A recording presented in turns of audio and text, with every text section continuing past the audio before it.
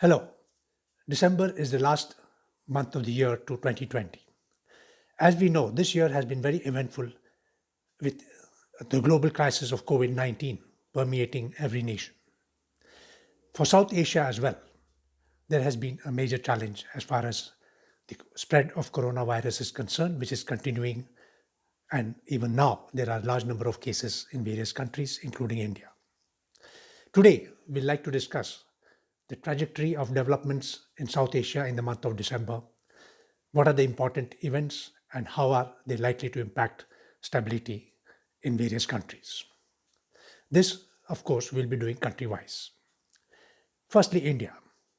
India-China standoff in eastern Ladakh is continuing, and it was expected that in the winters there will be some understanding by the two sides, but it is evident that both the armies have adopted a winter posture amidst the harsh weather. As far as India and Pakistan is concerned, ceasefire violations have remained one of the criticalities in the month of November, and it's expected that these may continue, particularly in the Jammu sector in the month of December.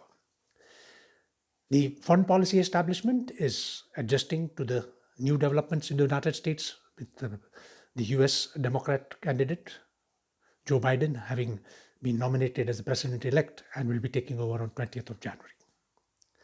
As far as the military field is concerned, a number of demonstrative tests of missiles and other equipment under development were held, and they are likely to continue. Exercises was one of the important factors, and Indo-US and Japan and Australia exercise Malabar has set a new trend as far as multilateral exercises go. As far as the political developments in India, the Bihar state elections saw the Bharatiya Janata Party taking a commanding lead over its ally, Janata Dal United, and the NDA government has been formed in the state. The grassroots level challenges, however, are increasing, particularly in India, where the farmers' agitation is gathered huge momentum with blockade of the national capital, Delhi. As far as the economy is concerned, there is some green shoots evident, but estimates are clear that the Indian economy is continue to remain in the minus as far as this fiscal year is concerned. Let's move on to Afghanistan, where there are encouraging developments are likely with the intra-Afghan talks, which are happening in Doha, reaching some sort of a finality, and the agenda level discussions are expected. Let's hope that a ceasefire is finalized in the month of December, especially since violence had spiked in November but is coming down mainly due to the seasonal factors in the month of December. As far as the political consensus in Kabul is concerned, I think there is also a positive trajectory which can be evident. Coming on to Pakistan, the opposition-led Pakistan Democratic Movement continues with a large number of rallies and is expected to make certain more challenges which are going to be faced by the ruling government as well as the Pakistan Army. They have got determination now to take the movement to a finality, particularly with expectations of mass resignations from the National Assembly by the opposition party leaders. Whether it actually happens or not remains to be seen. As far as COVID-19 is concerned, Pakistan is experiencing a second wave with rising number of cases and is almost reaching the peak of the first wave, which happened in June 2020.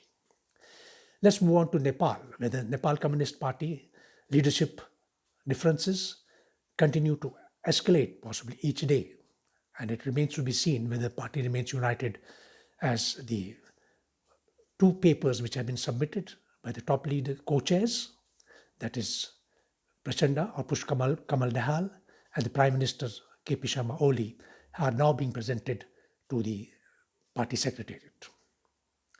It is now also evident that the Indo-Nepal relations are undergoing a reset after a decline in the month of June, July.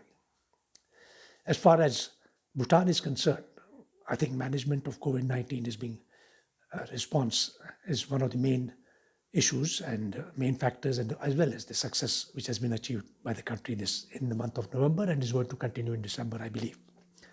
Let's move on to Myanmar. There, Another defining development, the National League of Democracy, led by Aung San Suu Kyi, has gained a vast majority, even exceeding the numbers which it had in 2015 by almost 60 plus. The military has raised some qualms about the elections, but the majority that has been gained by the NLD means that it will be able to go ahead with whatever challenges the military will pose in the near future, which are, I think, likely to be very soft in nature. Of course, the country had to undergo a COVID-19 experience of spike. Hopefully in December, there is expectations of it coming down. Let's go on to Bangladesh. Bangladesh, the COVID-19 remains the major challenge, as well as management of the Rohingya repatriation.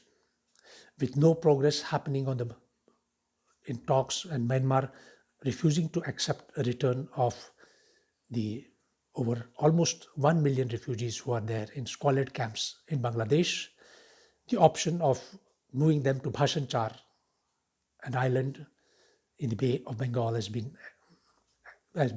implemented, and I think more numbers will be moving there in the month of December.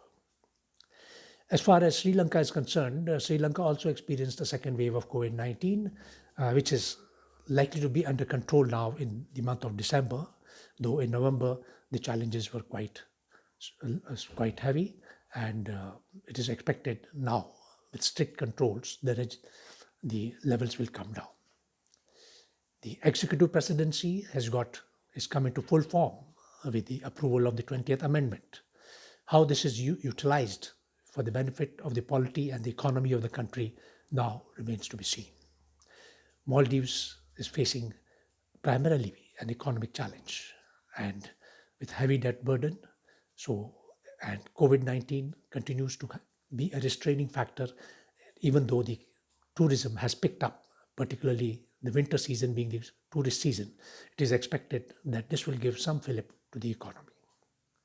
That's all we have and we hope that we'll be able to come back to you with the trajectory for 2020, as well as for the first month of 2020, January, in the next few weeks ahead.